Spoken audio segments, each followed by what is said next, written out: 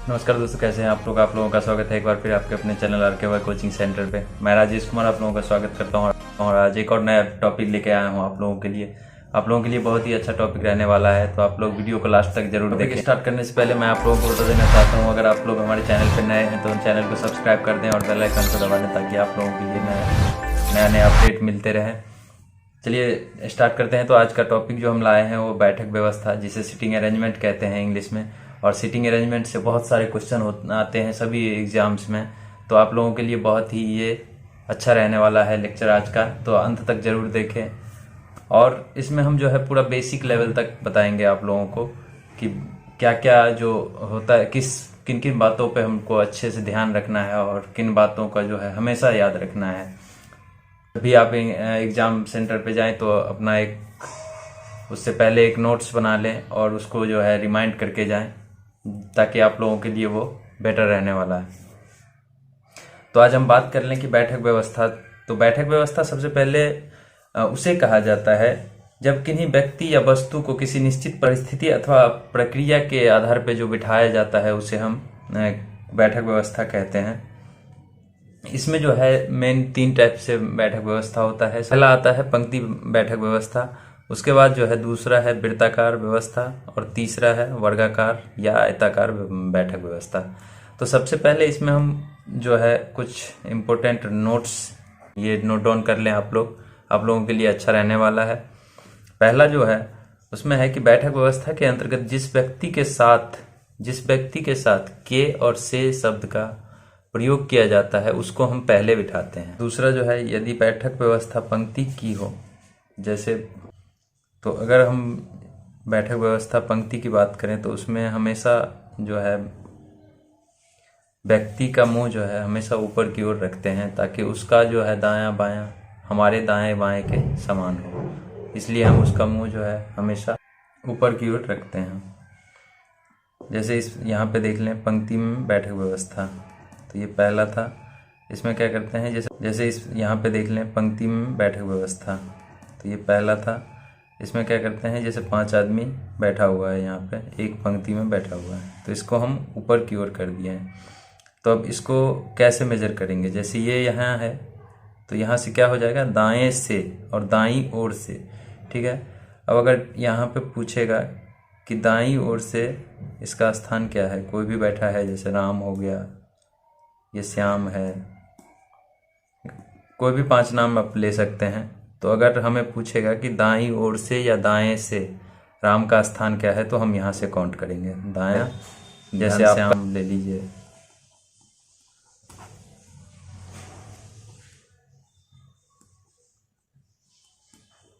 घनश्याम की बात करेगा बाएं से कितने स्थान पे है, तो 5वें स्थान पे है।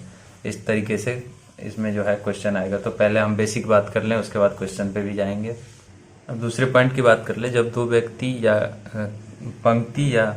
दो पंक्ति या कतर आमने सामने हो और वे एक दूसरे की ओर मुंह किए हुए हो, तो पहली व्यक्ति के लिए जिस ओर दाईं होगा वही दूसरे पंक्ति में जो बैठा हुआ है उसके लिए बायां होगा, और जैसे पहले वाले पंक्ति का जो बायां होगा वो दूसरे वाले पंक्ति में बैठे हुए व्यक्ति का जो है वो दायां होगा।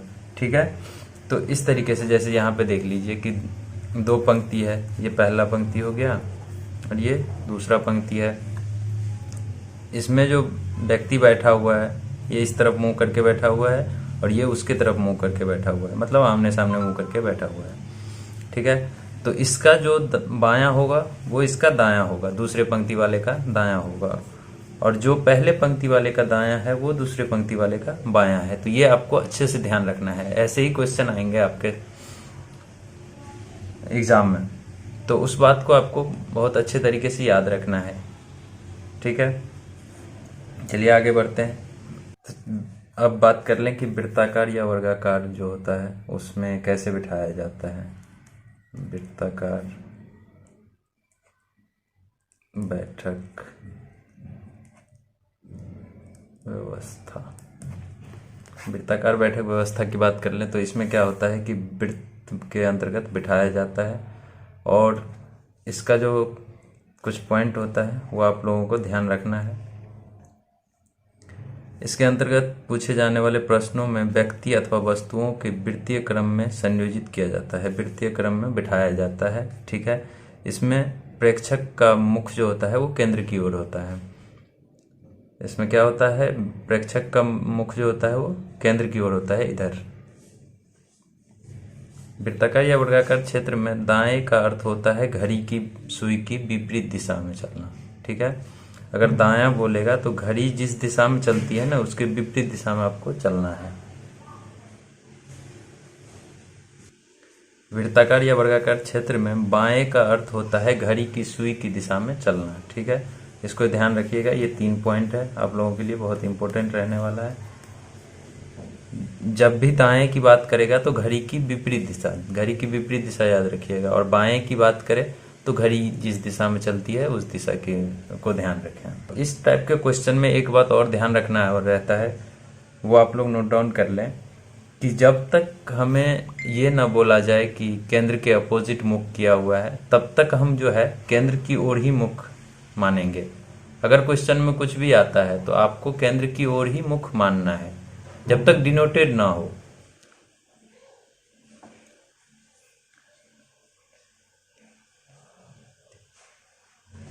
इस टाइप के प्रश्न में जो होता है, जैसे किसी भी व्यक्ति को बीच में अगर दे दिया गया है तो उसी को बिठा के हमको दाएं बाएं की व्यक्तियों को बिठाना है और उससे जो है सवाल इजीली सॉल्व हो। और इस टाइप के प्रश्न में अगर 3 आदमी की बात कर रहा है तो जिसके साथ जो शब्द का प्रयोग किया जाता है वो दूसरे नंबर पे आता है। जिस भी व्यक्ति के सामने अगर जो, जैसे कि एग्जाम्पल के लिए बात कर लें, जैसे कह रहा है कि राम के दाएं श्याम है जो मोहन के बाएं है। अब क्या कह रहा है, जो मोहन के बाएं है, मतलब 3 व्यक्ति की बात कर रहा है और जिसके साथ जो लगा है वो दूसरे नंबर पे आएगा। जिसके साथ जो लगा हुआ है वो दूसरे नंबर पे आएगा।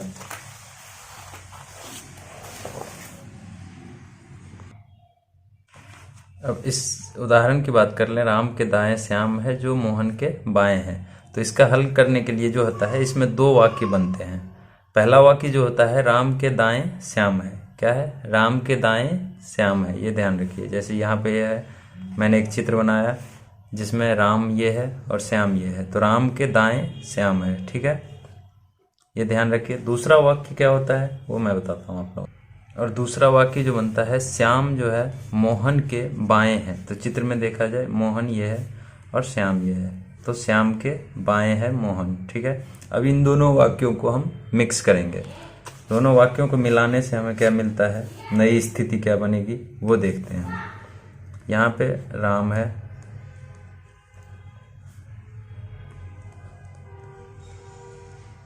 श्याम है,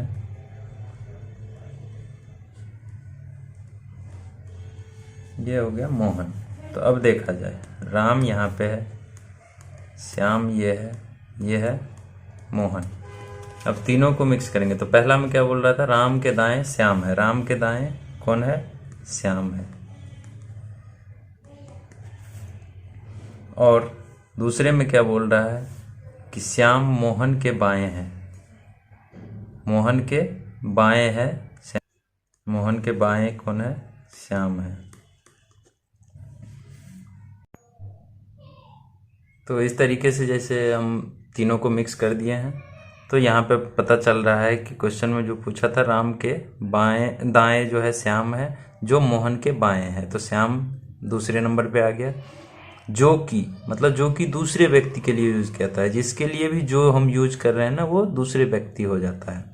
तो यहाँ पे जैसे बोल रहा है, राम के दाएं श्याम है जो मोहन के बाएं है, तो इस तरीके से आप बिठा सकते हैं इसको एक लाइन में।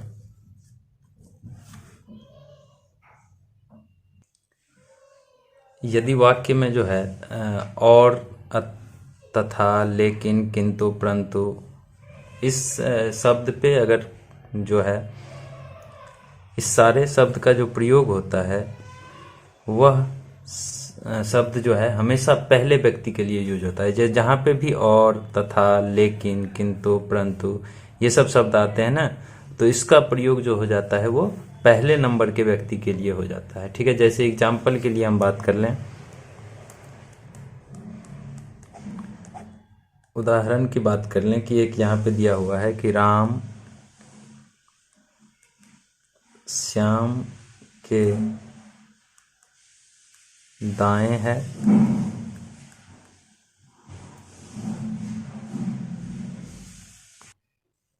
तो इस वाक्य में हम देखें, सबसे पहले उदाहरण क्या है, राम श्याम के दाएं हैं परंतु मोहन के बाएं हैं। ठीक है, तो इस वाक्य में दोनों कथन सिर्फ राम के लिए यूज किया जा रहा है।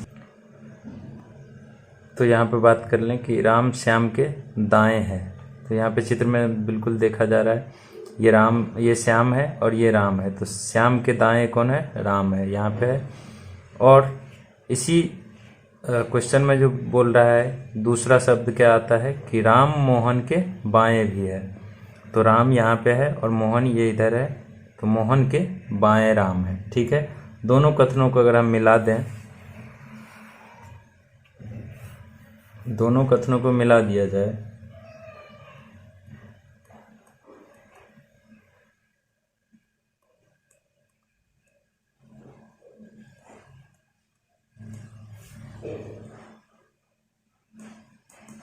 श्याम राम मोहन, ठीक है, तो श्याम के दाएं था राम, तो दाएं हैं, और मोहन के बाएं हैं तो बाएं हैं। तो इस तरीके से बना सकते हैं उस एग्जाम्पल को। ठीक है, उसको दो पार्ट में आपको तोड़ देना रहता है। और हमने बताया था कि जब भी और, तथा, लेकिन, किंतु, परंतु की जब भी बात करेगा तो वो जो है प्रयोग हो जाता है पहले नंबर के व्यक्ति के लिए। ठीक है, तो इस तरीके से आप जो है बना सकते हैं। अगर इस टाइप का क्वेश्चन आया तो ये मैंने बेसिक बता दिया आप लोगों को। के और से, मतलब जो है क्वेश्चन जो पूछा जाता है उसमें के और से का बहुत इंपॉर्टेंट रोल होता है, तो इनका अंतर जो है वो मैं बता रहा हूँ आप लोगों को। के और से में क्या अंतर है? के का अर्थ होता है उसको छोड़कर। जब जहाँ पे भी पूछेगा के, इसके या उसके, तो उसको, उसका मतलब होता है उसको छोड़कर। और से का अर्थ होता है उसको शामिल करके, उससे मतलब उसको शामिल किया जा रहा है। तो ये अर्थ, ये आप लोगों को याद रखना पड़ेगा। एक उदाहरण की बात कर लें तो यहाँ पे कोई उदाहरण है, 6 लड़के एक वृत्त बनाकर बैठा हुआ है कि उसका मुंह केंद्र की ओर हो। ऐसा बैठा हुआ है ताकि उसका मुंह जो है केंद्र की ओर हो। राजीव बैठा है मोहन के दाईं ओर, ठीक है, दाईं ओर बैठा है, लेकिन वह विजय के ठीक बाईं ओर नहीं है। सिर्फ ये ध्यान रखना है कि राजीव बैठा है मोहन के दाईं ओर। ठीक है, तो हम सीधा सबसे पहले किसको बैठाएंगे? राजीव को। ठीक है, राजीव बैठा है किसके दाईं ओर? मोहन के। तो दायां ओर कैसे चल रहा है? ऐसे। ठीक है, और बायां चलेगा ऐसे। ठीक है, तो दाईं ओर चल रहा है, तो यहाँ पे कौन बैठेगा? सबसे पहले की बात कर ले तो यहाँ पे बैठा है मोहन। मोहन, लेकिन वह विजय के ठीक बाईं ओर नहीं है। ठीक है, विजय के बाईं ओर नहीं है। ठीक है, तो यहाँ पे विजय नहीं बैठ सकता है, यहाँ पे कोई और आएगा। आगे पढ़ते हैं। चंदर जो है, चंदर बैठा है बाबू और विजय के बीच में। ठीक है, चंदर कहाँ बैठेगा? बाबू और विजय के बीच में बैठेगा। तो विजय यहाँ पे बैठ नहीं सकता है, वो पहले क्वेश्चन में बताया है। तो विजय यहाँ नहीं बैठेगा, लेकिन चंदर कहाँ बैठेगा? बाबू और विजय के बीच में। तो या तो हम विजय को यहाँ बिठाएं या यहाँ पे बिठाएं। ठीक है, तो पहले हम चंदर को बीच में बिठा देते हैं। कहाँ पे? चंदर को यहाँ बिठा देते हैं। ठीक है, चंदर बैठा है बाबू और विजय के बीच, बाबू और विजय के बीच। और देखा जाए आगे क्या बोल रहा है? अजय बैठा है विजय के बाईं ओर। तो ठीक है, और यहाँ पे देखे जाए, थर्ड में देखा जाए क्या बोल रहा है? अजय बैठा है विजय के बाईं ओर। अगर हम विजय को यहाँ बिठाते हैं तो बाईं ओर चंदर आ जाएगा। ठीक है, और अगर हम विजय को यहाँ बिठाते हैं, विजय को अगर हम यहाँ बिठाते हैं तो इसके बाईं ओर अजय बैठा हुआ है, और यहाँ पे क्या बोल रहा है इसमें कि चंदर बैठा है बाबू और विजय के, तो विजय इधर बैठ गया तो बाबू इधर बैठेगा। ठीक है, तो इस तरीके से आप जो है बिठा सकते हैं आसानी से, आप लोगों को ज़्यादा टाइम भी नहीं लगेगा इसमें। तो ऐसे बिठा लिए। सबसे पहले आपको सेंटेंस जो दिया हुआ है ना उसको पूरे गौर से पढ़ना पड़ेगा, अच्छे से पढ़ना पड़ेगा, तब जाके समझ में आएगा। ठीक है, अब पूछ रहा है कि बताएं कि मोहन के बाईं ओर कौन बैठा हुआ है। तो मोहन के बाईं ओर कौन बैठा है, मोहन का बायां ये हो गया ये, तो मोहन के बाईं ओर कौन बैठा है, बाबू।